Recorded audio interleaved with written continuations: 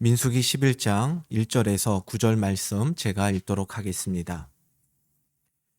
여호와께서 들으시기에 백성이 악한 말로 원망하매 여호와께서 들으시고 진노하사 여호와의 불을 그들 중에 붙여서 진영 끝을 사르게 하시매 백성이 모세에게 부르짖음으로 모세가 여호와께 기도하니 불이 꺼졌더라. 그곳 이름을 다베라라 불렀으니 이는 여호와의 불이 그들 중에 붙은 까닭이었더라. 그들 중에 섞여 사는 다른 인종들이 탐욕을 품음에 이스라엘 자손도 다시 울며 이르되 누가 우리에게 고기를 주어 먹게 하랴.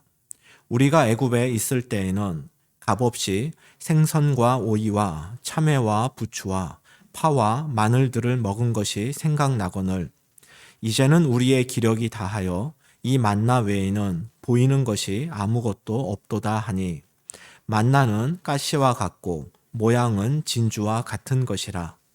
백성이 두루 다니며 그것을 거두어 맷돌에 갈기도 하며 절구에 찢기도 하고 가마에 삶기도 하여 과자를 만들었으니 그 맛이 기름 섞은 과자 맛 같았더라.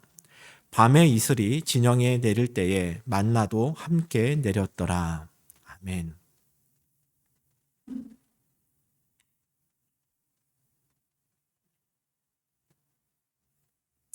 2주 전에 출애굽기 32장을 본문으로 광야 이야기 19번째 설교를 했습니다. 그런데 오늘 광야 이야기 20번째 설교 본문이 민수기 11장입니다. 출애굽기라고 하는 제목으로 인해서 출애굽 40년 여정이 출애굽기에 다 담겨 있을 것이라 생각하는 분이 계실지 모르겠지만 출애굽기에는 40년 광야 생활에 처음 1년만 기록되었고 나머지 39년은 민수기에 나옵니다. 민수기라고 하는 이 책 제목은 그 민수기 안에 두 번의 인구 조사가 담겨 있기 때문인데 히브리어 성경의 제목은 민수기가 아니라 광야에서입니다. 이 제목이 민수기가 담고 있는 내용을 더 잘 나타낸다고 생각을 합니다. 민수기에 나오는 출애굽 여정을 오늘부터 살펴볼 터인데 그 전에 우리 출애굽 첫 번째 1년의 여정을 간단히 요약해 보겠습니다. 출애굽기 12장 37절입니다. 이스라엘 자손이 라암셋을 떠나서 숫곳에 이르니 유아 외에 보행하는 장정이 60만 가량이요. 이스라엘은 장정만, 즉 어른 남자만 60만 명, 즉 여자와 노약자를 포함하면 대략 200만 명 이상 되는 대규모 인원이 애굽의 라암셋이라는 곳을 출발해서 가나안으로 떠났습니다. 이들은 구름 기둥의 인도를 따라서 숫곳에 이르렀고 홍해를 마른 땅으로 건넌 후에는 마라와 엘림 그리고 신광야와 르비딤을 지나면서 하나님의 도우심과 보호하심의 은혜를 경험했습니다. 그리고 나서 도착한 곳이 시내산이 있는 시내 광야였습니다.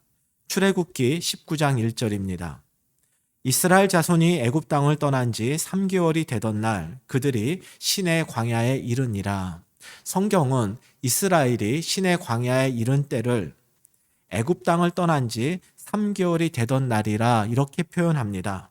이것은 이스라엘이 애굽을 떠난 지 만 2달이 되어서 시내 광야에 도착했다란 뜻입니다. 그리고 이스라엘 백성들은 이 시내 광야에서 이동하지 않고 11개월을 머무릅니다. 이때의 일이 출애굽기 19장에서 마지막 40장까지 그리고 민수기 1장부터 10장 10절에 기록이 되어 있습니다. 이 시내 광야에서 11개월간 머물렀던 그 기간에 있었던 일들은 화면과 같이 요약할 수 있습니다. 출애굽기 19장에서 24장에서는 하나님과 이스라엘 백성 사이에 언약을 맺습니다. 이것을 시내산 언약이라고 합니다. 그 안에 하나님께서 이스라엘 백성들이 지켜야 할 율법의 핵심인 10계명을 알려주셨고 이어서 다양한 율법들을 또 말씀하셨습니다. 그리고 24장에서는 구체적인 하나님과 이스라엘 백성 사이의 언약식이 거행이 됩니다. 그리고 출애굽기 25장에서 31장에서는 하나님께서 모세를 불러 40일간 성막 제작법을 자세히 설명하셨습니다. 그 사이 출애굽기 32장과 34장 사이에서는 모세가 시내산에서 성막 설명을 듣는 그 사이에 이스라엘 백성들은 금으로 송아지를 만들어 섬기는 우상 숭배의 죄를 지었습니다.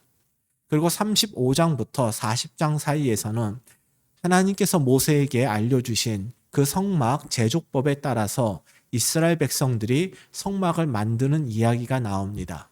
그래서 성막 제작이 완성된 때가 바로 출애굽기 40장 마지막 부분에 나옵니다. 이어서 민수기 1장부터 4장에서는 첫 번째 인구 조사를 합니다. 이때 인구 조사를 했다라는 것은 11개월간 시내 광야에서의 치료를 마치고 다시 다른 지역으로 떠날 채비를 하는 것입니다. 워낙 많은 인원이었기 때문에 우리가 이곳을 떠날 때 인원이 몇 명인지를 살피기 위한 그런 인구 조사였고, 또 하나는 도중에 만나게 될 이방 족속들과의 전쟁을 대비한 그런 전쟁에 참여할 수 있는 인원을 확인하는 그런 의미도 담고 있습니다. 인구 조사를 마친 이후에 민수기 5장부터 10장 사이에서는 이스라엘의 진정화하는 이야기들이 나옵니다. 이 안에는 대제사장 축복 기도문도 담겨 있고, 또 출발하기 직전에는 유월절을 지키는 그 이야기들도 나오고 있습니다. 이렇게 이스라엘 백성들은 유월절을 지킨 후 이제 시내 광야를 떠나게 되는데, 그 장면을 성경이 이렇게 묘사하고 있습니다. 민수기 10장 11절과 12절입니다.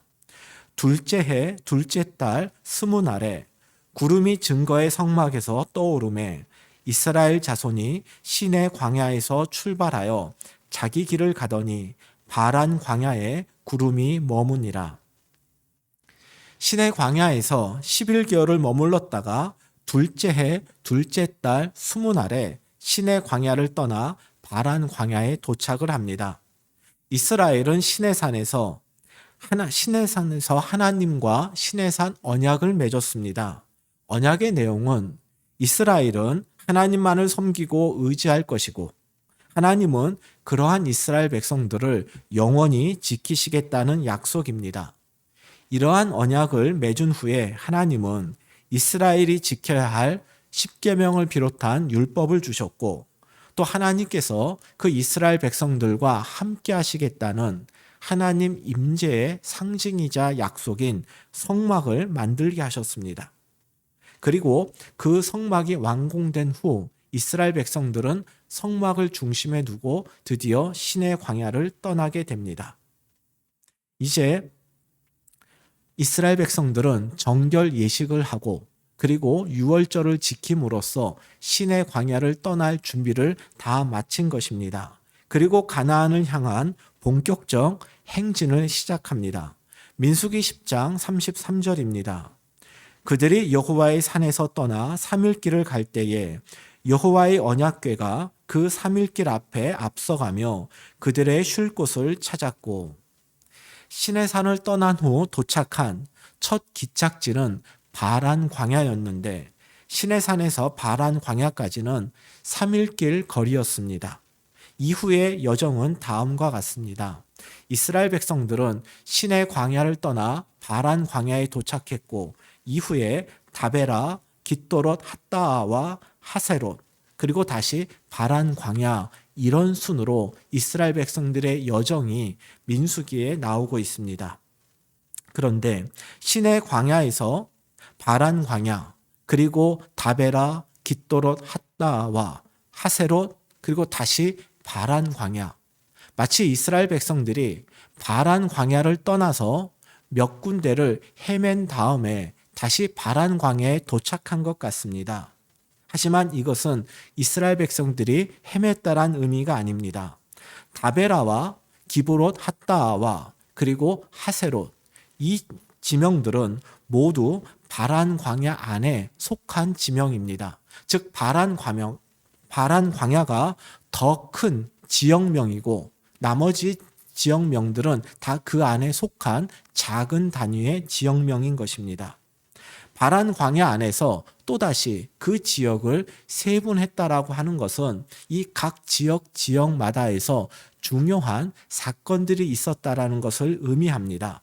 이 외에도 바란 광야에서 또 하나 기억해야 될 지명이 나오는데 그 지명과 연관된 매우 중요한 사건이 바로 12 정탐꾼을 가나안 땅으로 보내는 것입니다. 민수기 13장 3절입니다. 모세가 여호와의 명령을 따라 바란 광야에서 그들을 보냈으니 그들은 다 이스라엘 자손의 수령된 사람이라. 바로 바란 광야에서 가나안으로 12명의 정탐꾼을 보냈는데 이 바란 광야에서 보낸 지명을 민수기 13장 26절에서는 바란 광야 가데스라고 보다 더 분명하게 표현을 합니다. 더 정확히 말한다면 가데스 바네아, 바란 광야에 속한 가데스 바네아라는 곳에서 12명의 정탐꾼을 보냅니다. 이처럼 바란 광야에서는 매우 중요한 사건들이 나오는데 이제 앞으로 몇 주 동안 이러한 일들을 살펴보도록 하겠습니다. 오늘과 다음 주는 민수기 11장을 중심으로 다베라와 기브롯 핫다와에서 일어난 사건의 의미들을 살펴보려고 합니다. 다베라라고 하는 말은 불사름이란 뜻이고 기브롯 핫다와라는 말은 탐욕의 무덤이란 뜻입니다. 그런데 이 이름들은 본래부터 이것이 이 지명이 아니었습니다. 이스라엘이 이곳을 거쳐가면서 이곳에서 경험한 사건 때문에 나중에 이러한 이름이 붙게 되었습니다. 오늘은 왜 이곳에 이런 이름을 붙이게 되었는지 그 이름의 유래에 대해서 살펴보도록 하겠습니다. 민수기 11장 1절에서 3절입니다. 장면을 좀 넘겨주세요. 여호와께서 들으시기에 백성이 악한 말로 원망하매 여호와께서 들으시고 진노하사 여호와의 불을 그들 중에 붙여서 진영 끝을 사르게 하시매 백성이 모세에게 부르짖음으로 모세가 여호와께 기도하니 불이 꺼졌더라. 그곳 이름을 다베라라 불렀으니 이는 여호와의 불이 그들 중에 붙은 까닭이었더라. 이스라엘 백성들이 악한 말로 원망을 했다라고 합니다. 여기서 악한 말로 원망하다를 세번역 성경에서는 심하게 불평하다 이렇게 번역을 했습니다. 그런데 이 본문을 보면 이스라엘이 왜 원망했는지, 왜 심하게 불평했는지 그 이유가 나오지 않습니다. 하지만 악한 말로 번역한 히브리어에는 악하다란 뜻과 함께 시편 37편 19절에서는 환난이란 말로 번역이 되었고 느헤미야 2장 17절에서는 곤경이라고 하는 말로 번역이 되었습니다. 즉 악하다, 환난, 공경 이것이 히브리어로는 다 같은 단어입니다. 이런 의미를 생각해 볼 때 아마도 구름 기둥을 따라서 진행한 시내산에서 바란 광야까지의 여정이 시내산 언약을 체결하기 이전, 즉 애굽을 나와서 2달 동안 이스라엘 백성들이 겪었고 또 그래서 그들이 그 안에서 원망했던 그 힘든 상황들이 또다시 계속 이어졌다라고 우리가 생각할 수 있습니다. 언약을 체결하고 성막을 중심에 두고 우리가 하나님만을 믿겠다라고 약속을 했으니 이제 우리의 삶은 이전과는 좀 달라지겠지. 아마도 이스라엘 백성들이 그런 기대를 하지 않았겠습니까? 하지만 여전히 광야의 삶은 힘듭니다. 여전히 그들에게는 부족한 것 투성이었습니다. 이렇게 그들의 환경이 환난과 공경으로 가득하자 이스라엘 백성들은 악한 말로 심하게 하나님을 원망했던 것입니다. 이러한 이스라엘 백성들의 심한 원망을 들으신 하나님은 진노하셨고 불을 내려서 이스라엘 진영 끝을 태워버리셨습니다. 그래서 이곳을 불사름이라고 하는 뜻을 지닌 다베라라고 부른 것입니다. 그런데 여기서 진영 끝이 무엇을 의미하는지는 정확히 알 수 없습니다. 아마도 추측컨대 이 대열에서 이탈해 그 뒤처져 오면서 원망을 주도하는 사람들을 가리키는 것 같습니다. 아무래도 원망을 많이 하고 불평하는 사람들이 진 앞에 서서 그 진을 이끌진 않았을 것이라 생각할 수 있습니다. 이들은 계속해서 구름 기둥을 따라가는 것을 꺼려하면서 뒤처져서 원망을 하며 마지못해 따라갔을 것이라 그렇게 학자들이 추측을 합니다. 그리고 하나님께서는 바로 이 원망을 주도한 사람들에게 불심판을 내리셨다라고 오늘의 본문을 보고 있습니다. 이렇게 본다면 하나님의 불심판은 전체 이스라엘에게 임한 것이 아니라 원망의 주동자들에게만 임했다라고 볼 수 있습니다.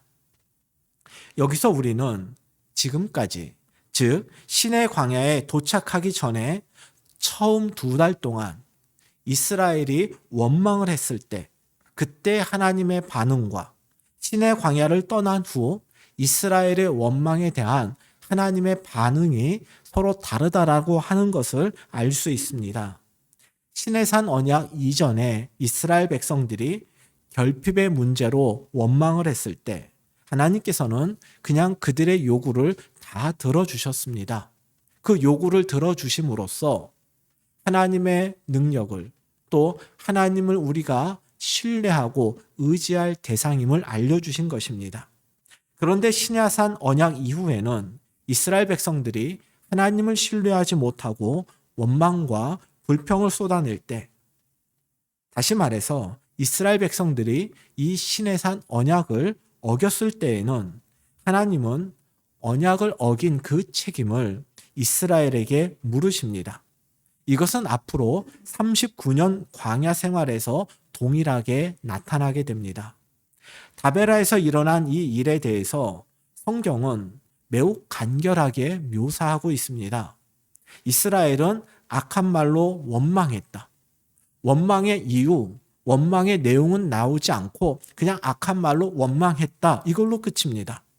그리고 하나님은 그러한 이스라엘 백성들에게 진노하시고 불심판을 내리셨다. 모세가 이들을 위해서 하나님께 기도하셨을 때 하나님은 그 불을 거두어 들이셨다. 이게 끝입니다. 세세한 내용들이 이곳엔 나오지 않습니다. 왜 그러했을까요? 이러한 11장 1절에서 3절에 나와 있는 이러한 말씀의 핵심은 이스라엘이 시내산 언약을 어기면 반드시 하나님의 징계가 뒤따라온다라는 것을 강조하기 위함입니다. 이를 강조하기 위해서 이 본문에서는 이스라엘의 불만이 무엇이고 또 그들에게 필요한 것이 무엇인지 이런 것들은 생략하고, 또 하나님이 그들의 불만을 어떻게 해결해 주시는지 그러한 내용들도 기록하지 않고, 원망했다, 하나님이 진노하셨고 심판하셨다, 이렇게 표현을 한 것입니다.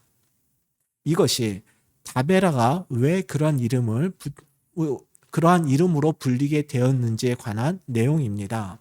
두 번째로 기브롯 핫다와에 대한 이름의 유래를 살펴보겠습니다. 민수기 11장 4절에서 6절입니다. 그들 중에 섞여 사는 다른 인족들이 탐욕을 품음에 이스라엘 자손도 다시 울며 이르되 누가 우리에게 고기를 주어 먹게 하랴.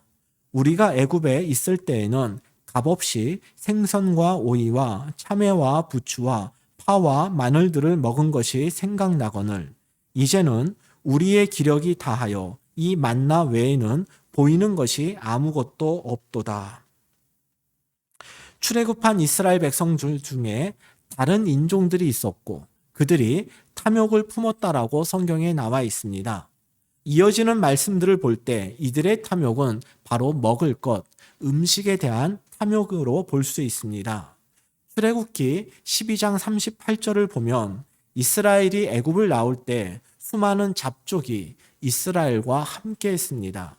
이들은 애굽에 임한 하나님의 10가지 이적을 보면서 하나님이 애굽의 신들보다 강하다는 것을 알게 되었고 애굽의 신을 떠나 하나님을 섬기기 위해 출애굽의 대열에 동참했던 또 다른 노예들이라 생각할 수 있습니다.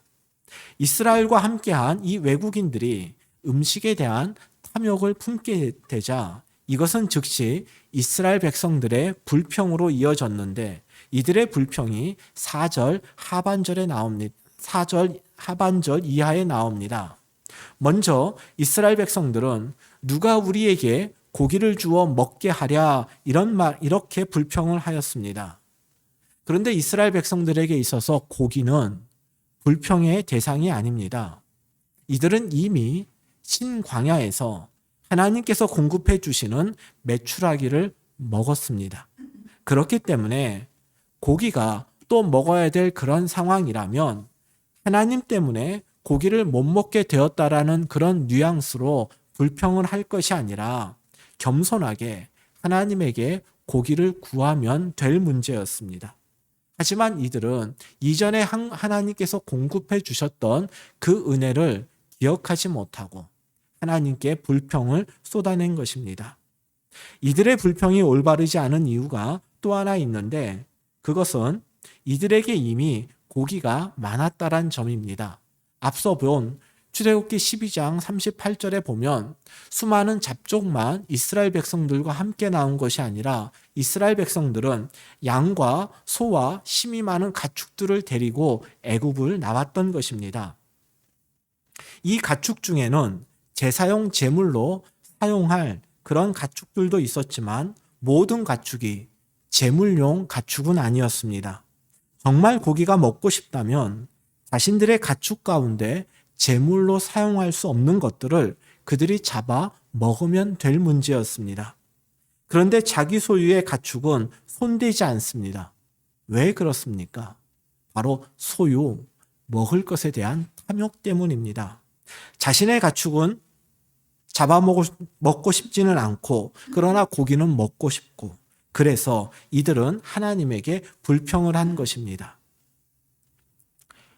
5절에서는 이스라엘이 애굽에서 먹었던 음식들이 나열되어 있습니다. 그리고 6절에는 현재 광야에서 이스라엘이 먹고 있는 음식이 나오는데 여러분 그 표현을 잘 보십시오. 이 만나 외에는 보이는 것이 아무것도 없도다. 애굽에서는 생선과 오이와 참외와 부추와 파와 마늘을 먹었는데 지금은 겨우 만나밖에 못 먹고 있다 이런 의미입니다. 겨우 만나가 아니라 만나씩이나 먹은 것 아닙니까? 만나는 하나님께서 직접 이스라엘 백성들에게 주신 양식입니다. 이스라엘 백성들은 이 양식을 통해 하나님을 신뢰하고 의지하는 법을 배우게 되었고 그리고 하나님을 바라보게 되었습니다. 그래서 바울은 고린도전서 10장 3절에서 이 만나를 신령한 음식이라고 하였습니다. 지금 이스라엘은 하나님께서 직접 내려주신 영과 육의 양식인 만나보다는 바로가 주는 육의 양식이 더 좋다라고 말하고 있는 것입니다. 그리고 애굽에서는 값없이 음식을 먹었다라고 말을 하고 있는데 결코 그렇지 않습니다. 애굽에서 이스라엘 백성들이 먹었던 그 양식은 힘겨운 노동의 결과였습니다. 그런데 만나는 어떻습니까? 만나야말로 값없이 하나님의 은혜로 먹게 된 양식입니다. 그런데 이스라엘은 값없이 받았기 때문에 오히려 만나가 귀한 것을 알지 못했고 과거에 대한 왜곡된 미화 속에서 하나님께 받은 것에 만족하지 못하고 불평을 늘어놓고 있는 것입니다. 우리는 보통 우리의 문제가 외부의 도움으로 해결되고 내가 원하는 것을 다른 사람을 통해 얻게 될 때 그것을 하나님의 은혜다 이렇게 말을 합니다. 그런데 나에게 필요한 것을 내 돈 주고 사고 또 내가 우리의 문제를 우리 자신이 해결하고 우리가 원하는 것을 내가 직접 구할 수 있는 것이 하나님의 은혜라는 것을 잊어버릴 때가 참 많습니다. 저와 서울에서 같은 교회에서 부목사 생활을 하던 목사님이 우리 교회가 세워질 무렵 제가 살고 있는 유광 지역에 교회를 개척하셨습니다. 그 교회는 서울의 한 대형 교회의 지원을 받아 개척을 하면서부터 독립된 교회의 건물을 갖고 있었고 사택도 교회에서 매입을 해 주었습니다. 우리 교회가 카니발 승합차를 구입할 무렵 그 교회는 한 번 그 교회 주일 예배를 드렸던 다른 교회 교인의 후원으로 승합차도 사게 되었습니다. 그때 제가 하나님께 불평 섞인 기도를 했습니다. 하나님, 그 교회는 외부의 후원과 헌금으로 예배당 건물도 있고 사택도 마련했습니다. 한 번 예배 참석했던 교인이 승합차까지 사주었습니다. 그런데 우리 교회는 제가 살고 있는 사택뿐 아니라 교회의 사무실 그리고 교회 차량까지 외부의 후원 없이 전적으로 우리 교회의 재정으로 다 마련을 했습니다. 왜 똑같은 개척교회인데 우리 교회는 그 교회와 같은 은혜를 허락하지 않으십니까? 제가 그런 좀 억울한 마음에 불평 섞인 기도를 했습니다. 그때 제 마음 가운데 이런 생각이 떠올랐습니다.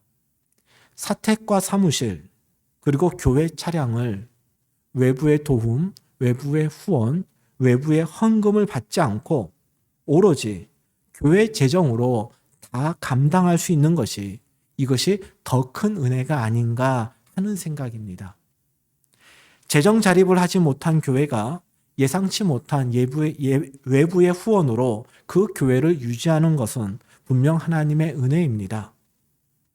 하지만 비록 개척교회이지만 빠른 시일에 재정적 자립을 이루고 교회에 필요한 것들을 성도들의 헌금으로 채울 수 있는 것, 이건 역시 놀라운 하나님의 은혜임을 깨달은 것입니다. 우리가 우리의 필요한 모든 것들을 감당할 수 있는 것이 하나님께서 베푸신 은혜라는 그 깨달음이 제 안에 생기자 외부의 후원자보다도 지금 저와 함께 이 교회를 세워가는 성도님들이 이전보다 더 귀하게 여겨지게 되었습니다. 그런데 이스라엘 백성들은 마치 예전의 저처럼 하나님께서 지금 주신 것들에 대해 소중함을 모르고 자신들의 욕심을 하나님이 채워주지 않는다고 불평과 원망을 쏟아내고 있는 것입니다. 이건 역시 다베라 사건처럼 이스라엘이 시내산 언약을 어긴 것입니다. 그렇다면 이제 우리는 상상할 수 있습니다. 이제 하나님의 반응은 어떻게 나타날 것인가? 다베라 사건에서 보았듯이 이스라엘 백성들이 시내산 언약을 어겼다면 이제 하나님의 진노와 하나님의 징계, 심판이 이스라엘 백성들에게 임할 차례입니다. 그런데 이어지는 구절을 보면 하나님의 징계가 아니라 하나님이 이스라엘 백성들에게 고기를 주신다라고 하는, 즉 이스라엘 백성들이 원하는 것을 하나님께서 주시는 장면이 나오고 있습니다. 민수기 11장 11절에서 20절 말씀입니다. 18절에서 20절 말씀입니다. 또 백성에게 이르기를 너희의 몸을 거룩히 하여 내일 고기 먹기를 기다리라. 너희가 울며 이르기를 누가 우리에게 고기를 주어 먹게 하랴. 애굽에 있을 때가 우리에게 좋았다 하는 말이 여호와께 들렸으므로 여호와께서 너희에게 고기를 주어 먹게 하실 것이라. 하루나 이틀이나 닷새나 열흘이나 20날만 먹을 뿐 아니라 냄새도 싫어하기까지 한 달 동안 먹게 하시리니 이는 너희가 너희 중에 계시는 여호와를 멸시하고 그 앞에서 울며 이르기를 우리가 어찌하여 애굽에서 나왔던가 함이라 하라. 이스라엘의 원망을 들으신 하나님은 그들이 원하던 고기를 냄새도 맡기 싫을 만큼, 즉 물리도록 그렇게 많이 주시겠다라고 지금 약속을 하십니다. 하나님이 정말 이 약속을 지키셨을까요? 민수기 11장 31절과 32절입니다.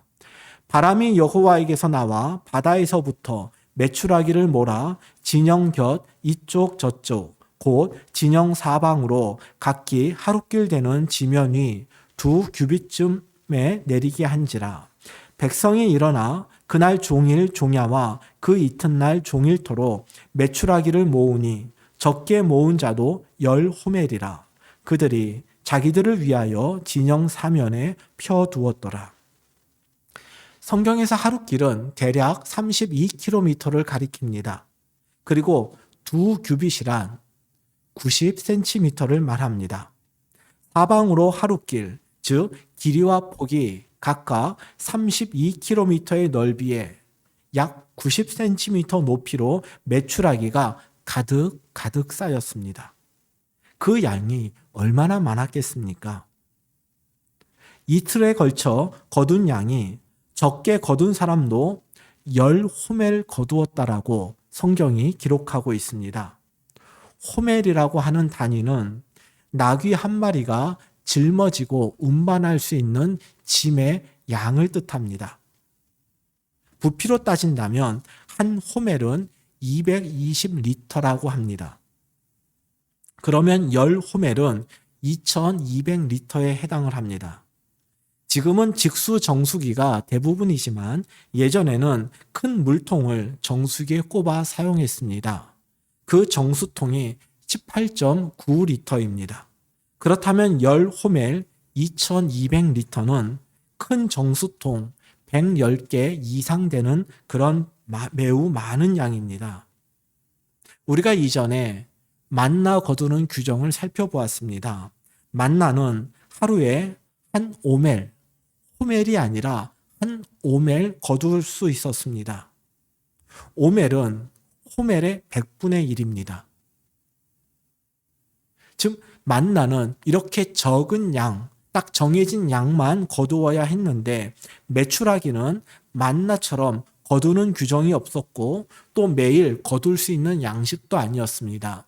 그래서 사람들마다 자기 힘껏 모았는데 적게 거둔 사람이 2200리터 이상이었다라고 합니다. 그래서 이 메추라기는 하루에 다 먹을 수 있는 것이 아닙니다. 만나처럼 매일매일 내리는 것도 아니었습니다. 그래서 사람들은 각자 모을 수 있는 양 최선을 다해 모은 후에 그것을 진영 사면에 펴두었습니다. 이것은 장기 보관을 위해 그 메추라기를 말렸다란 뜻입니다. 그런데 원망하는 이스라엘을 징계하지 않고 그들에게 그들이 원하는 고기를 주신 하나님의 이 모습은 의아합니다.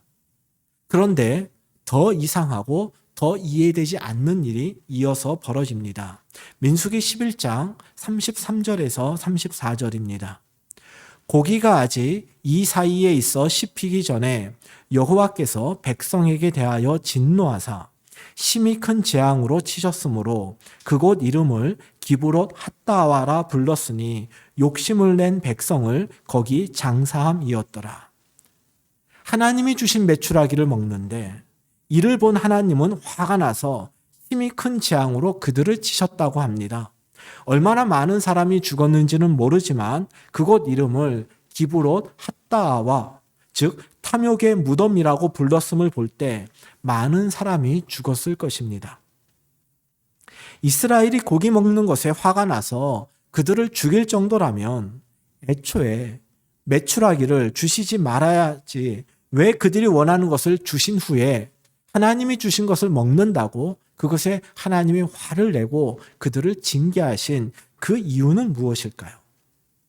우리는 여기서 두 가지를 잊지 말아야 합니다. 첫 번째로는 탐욕으로 인한 불평과 원망은 하나님이 결코 용납하지 않으신다란 점입니다.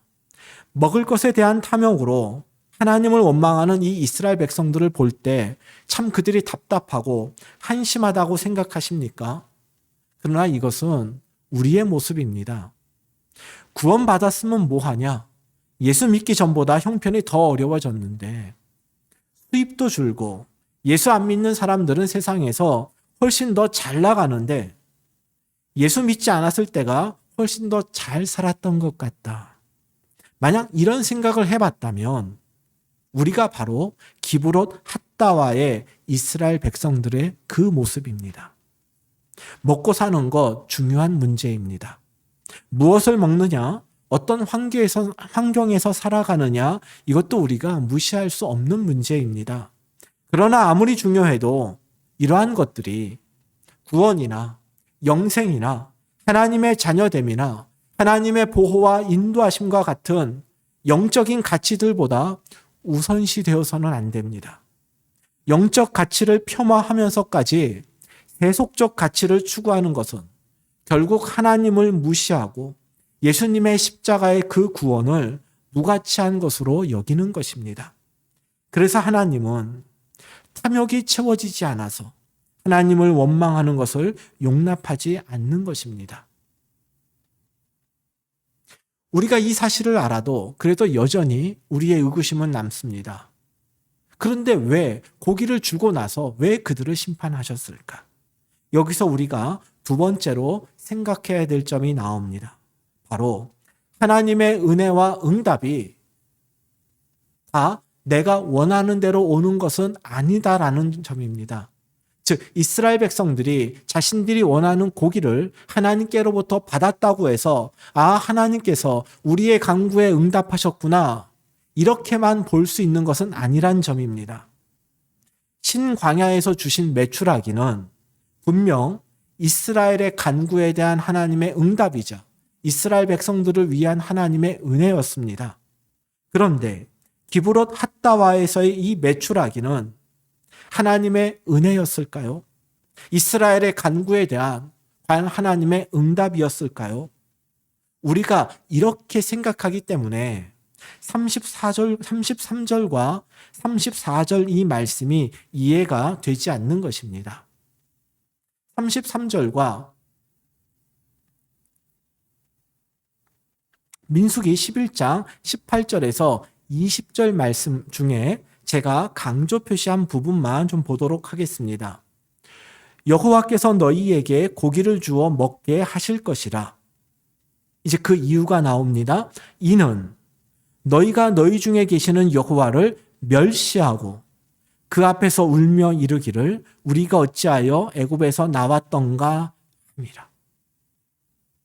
성경은 두 번째 메추라기를 하나님의 응답이라고 말씀하시지 않고 이스라엘 백성들이 하나님을 멸시한 것에 대한 하나님의 징계로 분명하게 기록하고 있습니다. 고기가 이 사이에 있어 다 식기도 전에 하나님의 징계로 죽어가는 이스라엘 백성들의 모습을 여러분 한번 상상해 보십시오. 고기가 이 사이에 있다.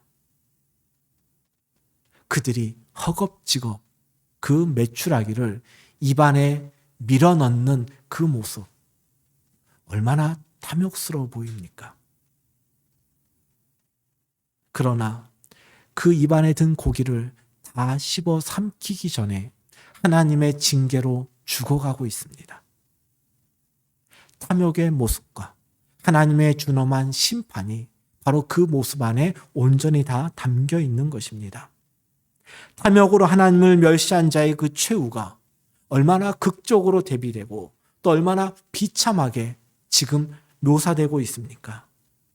제가 생각할 때 하나님의 가장 무서운 징계는 회개할 기회를 주시지 않는 겁니다. 그들이 원하고 바라는 대로 되는 것, 저는 이것이 가장 무서운 하나님의 징계라 생각합니다. 로마서에서는 이것을 하나님의 내버려 두신 유기의 심판이라 하였습니다. 고기가 먹고 싶다라고 하는 이스라엘 백성들의 그 바람이 만약에 거절되었더라면 어쩌면 이스라엘 백성들은 자신들을 돌아보고 뉘우칠 기회를 가졌을지도 모릅니다. 그렇지. 우리가 하나님에게 구할 것이 아니라, 하나님에게 불평할 것이 아니라 하나님이 이미 우리에게 주신 이 가축들을 잡아먹으면 되겠지. 그럴 생각을 할 수도 있었을 터인데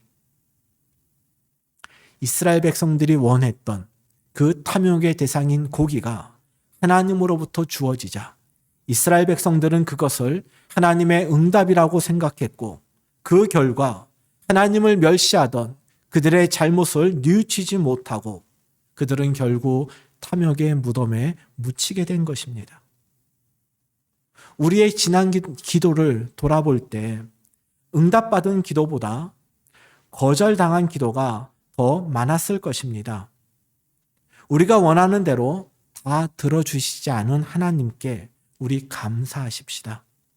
하나님의 거절로 인해 우리를 돌아보고 우리의 탐심과 욕심을 확인하고 내려놓을 기회를 얻었기 때문입니다. 우리가 영적 가치를 무시하고 세속적 가치를 추구했음에도 불구하고 하나님께서 그것을 허락하셨다면 그것은 하나님의 응답이 아니라 징계임을 알고 우리 긴장하며 속히 하나님께 돌아와 회개하십시다. 그렇지 않으면 우리의 삶의 자리는 다베라요 기브롯 핫다와가 되는 비극을 맞이하게 될 것입니다. 그런데 우리는 지금 하나님 나라에서 사는 것이 아니라 땅의 나라, 세상에서 살아가고 있기 때문에 눈에 보이는 것들을 의지하기 쉽고 또 그것들을 추구하기가 너무너무 쉽습니다. 어떻게 이 결핍의 문제 앞에서 하나님을 원망하지 않고 계속해서 하나님을 신뢰하고 의지할 수 있을까요? 어떻게 세상에서 세속적인 가치보다도 영적인 가치를 우선시하고 그것을 추구하며 살아갈 수 있을까요? 우리는 이 답을 이미 출애굽기에서 보았습니다. 그것은 하나님께서 베푸신 은혜, 하나님께서 행하신 우리를 위해서 행하신 하나님의 그 능력을 기억하는 것입니다. 어제 경험한 하나님의 은혜를 기억할 때 오늘의 문제 앞에서 우리의 믿음을 지킬 수 있습니다. 이것이 하나님께서 이스라엘 백성들에게 유월절을 지키라고 말씀하신 이유입니다. 유월절은 하나님이 이스라엘을 애굽에서 이끌어내시기 위해 행하신 그 이적과 은혜를 기억하고 기념하는 절기입니다. 그래서 이스라엘 백성들은 신의 광야를 떠나기 직전에 마지막 출발의 준비로 유월절을 지켰습니다. 민수기 9장 1절에서 3절입니다. 애굽 땅에서 나온 다음에 첫째 달에 여호와께서 신의 광야에서 모세에게 말씀하여 이르시되 이스라엘 자손에게 유월절을 그 정한 기일에 지키게 하라. 그 정한 기일 곧 이달 14째 날 해질 때에 너희는 그것을 지키되 그 모든 율례와 그 모든 규례대로 지킬지니라. 출애굽한 그 달을 1월로 보았을 때 1월 14일이 유월절을 지키는 날입니다. 이스라엘 백성들이 신의 광야에서 11개월을 머물면서 바로 둘째 해 1월 14일을 맞이하게 됩니다. 그래서 하나님께서는 유월절을 지키라고 말씀을 하셨는데 한 가지 이상한 점이 있습니다. 이어 나오는 민수기 9장 10절과 11절을 보겠습니다. 이스라엘 자손에게 말하여 이르라. 너희나 너희 후손 중에 시체로 말미암아 부정하게 되든지 먼 여행 중에 있다 할지라도 다 여호와 앞에 마땅히 유월절을 지키되 둘째 달 14째 날 해질 때에 그것을 지켜서 어린 양의 무교병과 쓴 나무를 아울러 먹을 것이요. 유월절을 지키는 것이 얼마나 중요한 일인지 1월 14일에 유월절을 지키지 못하는 사람이 생겼을 때, 예를 들어서 시체를 만져 그 사람이 부정하게 되었더라면 그 사람은 유월절을 지킬 수 없습니다. 그러면 유월절을 지키지 못한 채 그대로 신의 광야를 떠나야 됩니까? 하나님은 두 번째 유월절을 지키라 하십니다. 한 달 뒤 2월 14일에 1월 14일에 유월절을 지키지 못한 사람들, 그들에게 한 번 더 기회를 주어서 그들 모두도 유월절을 꼭 지키게 하라. 이것이 하나님의 배려입니다. 하나님께서 베푸신 은혜를 기억해야만 광야를 가는 동안 불평하지 않고 하나님을 원망하지 않고 믿음을 지키면서 그 광야를 통과할 수 있기 때문이었습니다. 우리에게는 하나님께서 베푸신 이 은혜를 되새기는 유월절과 같은 이런 절기가 있을까요? 예배가 바로 하나님의 은혜를 돌아보고 기억하는 시간입니다. 여러분 생각해 보면 예배라고 하는 것이 참 독특합니다. 일주일에 한 번씩 반복해서 그 예배를 드리는데 큰 틀에서 보면 예배는 늘 같은 형식, 즉 같은 순서에 또 같은 내용이 반복되고 있습니다. 예배 때 부르는 노래들은 모두가 하나님을 찬양하고 하나님께서 베푸신 그 은혜와 사랑에 감사하는 내용들입니다. 설교는 어떻습니까? 설교 역시 하나님이 얼마나 좋은 분이신지, 그분의 사랑이 얼마나 크고 높고 또 깊은지를 말합니다. 구원이 우리에게 얼마나 귀한 선물인지를 늘 강조합니다. 항상 이런 주제가 반복됩니다. 제가 이곳에서 전했던 주일 설교를 다 주제를 살펴보면 몇 개 안 될 것입니다. 늘 새로운 것 같지만 사실은 모든 내용이 동일합니다. 동일한 주제가 매주 반복되고 있는 것입니다. 유월절 예식 해마다 바뀌지 않습니다. 하나님의 은혜를 몸이 기억하고 마음에 새기기 위해서 항상 같은 형식의 같은 내용을 반복합니다. 같은 형식, 같은 내용으로 일주일마다 예배를 반복하는 것도 동일한 이유입니다. 예배를 통해서 하나님께서 베푸신 사랑과 그 은혜를 기억하고 우리의 몸에 새겨야만 우리의 입에서 원망이 멈추고 감사의 고백이 나오게 되는 것입니다. 그래서 제가 이 설교를 준비하면서 늘 제 설교가 동일한 주제가 반복되는 것에 대해서 제가 많은 부담감을 갖고 있었는데 그것이 아니라 설교는 같은 주제를 반복하는 것이 더 맞겠구나, 이런 생각에 제가 그동안 갖고 있었던 부담감을 좀 내려놓을 수 있게 되었습니다. 그런데 이 시나 광야를 떠나기 직전 이스라엘 백성들은 유월절을 지켰음에도 불구하고 이스라엘은 하나님의 은혜를 망각한 채 또다시 원망과 불평을 반복했습니다. 그것이 다베라와 기브롯 핫다와에서 일어난 사건들이었습니다. 왜 그랬을까요? 유월절을 지켰음에도 불구하고 하나님의 은혜를 되새기지 못하고 왜 이들은 불평과 원망을 반복했을까요? 그들은 유월절을 지키는 그 의미가 하나님의 은혜를 기억하고 되새기는 것을 놓친 채 그들의 몸만 형식적으로 유월절 절기에 참석했기 때문입니다. 그렇기 때문에 이들은 불편한 환경과 결핍의 문제 앞에서 하나님의 능력과 은혜와 사랑을 기억하는 데 실패한 것입니다. 우리의 예배도 마찬가지입니다. 한국 교회처럼 주일 성수를 강조하는 교회도 없습니다. 그런데 우리가 말하는 주일 성수는 주일을 주일답게 보냈느냐가 아니라 주일 예배 출석을 뜻하는 경우가 많습니다. 아무리 평생 주일 예배에 빠지지 않더라도 예배를 통해 하나님의 사랑과 은혜를 되새기지 못한다면, 그래서 감사가 없다면 우리들도 유월절을 지키고 나서 곧바로 하나님을 원망한 이스라엘 백성들과 다를 바 없는 것입니다. 예배의 자리를 지키시되 예배의 물리적 공간에 출석하는 것에 만족하지 마시고 매주 반복되는 예배를 마치 처음 드리는 예배인 양 집중하고 우리의 영과 진실함으로 정성껏 참여함으로써 하나님의 사랑과 은혜를 우리의 몸과 마음에 새길 수 있기를 바랍니다. 이것이 참된 예배입니다. 지난 월요일 코로나 신규 확진자가 18,343명이었는데 금요일 신규 확진자는 36,362명으로 급증했습니다. 이제는 코로나에 감염되지 않는 것을 다행이라 여길 만큼 코로나 감염자가 폭증하고 있습니다.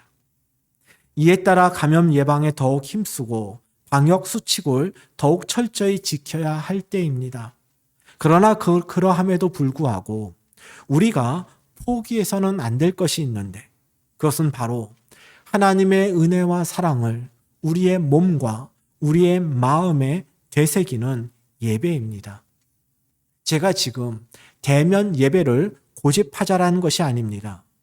온라인이건 오프라인이건 하나님께 예배자로 나아가는 것만큼은 다른 곳에 양보하지도 말고 포기하지도 말자란 뜻입니다. 우리의 인생이 불사름의 다베라와 탐욕의 무덤이라는 기브롯 핫다와라로 불리느냐 불리지 않느냐는 하나님의 은혜와 사랑을 기억하느냐 기억하지 못하느냐, 하나님의 사랑을 기억하고 감사하느냐, 하나님의 그 은혜와 사랑을 잊어버리고 불평과 원망을 말하느냐, 바로 이 두 선택 가운데에서 결정이 될 것입니다. 우리 교회는 지난 11년 2개월 동안 동일한 주일 예배를 582번 반복했습니다. 그리고 오늘 583번째 주일 예배를 반복해서 드리고 있습니다. 그리고 우리의 예배는 하나님께서 허락하실 때까지 중단 없이 반복될 것입니다. 우리의 반복된 찬양과 우리의 반복된 기도와 우리의 반복된 설교와 우리의 이 반복된 예배를 통해서 하나님의 사랑과 은혜를 기억하고 우리의 몸과 마음에 되새깁시다. 그것만이 우리의 입술에서 원망과 불평이 사라지고 우리의 삶에서 감사의 고백이 넘쳐나는 길입니다. 그 어떤 장애물도 그 어떤 걸림돌 앞에서도 하나님께 예배하기를 포기하지 않는 저와 여러분이 되어서 우리 모두 하나님의 사랑을 항상 기억하며 그 사랑으로 우리 앞에 놓인 결핍과 곤란과 공경의 문제들 속에 믿음을 지키고 주님을 바라볼 수 있는 저와 여러분이 되기를 주님의 이름으로 축복합니다.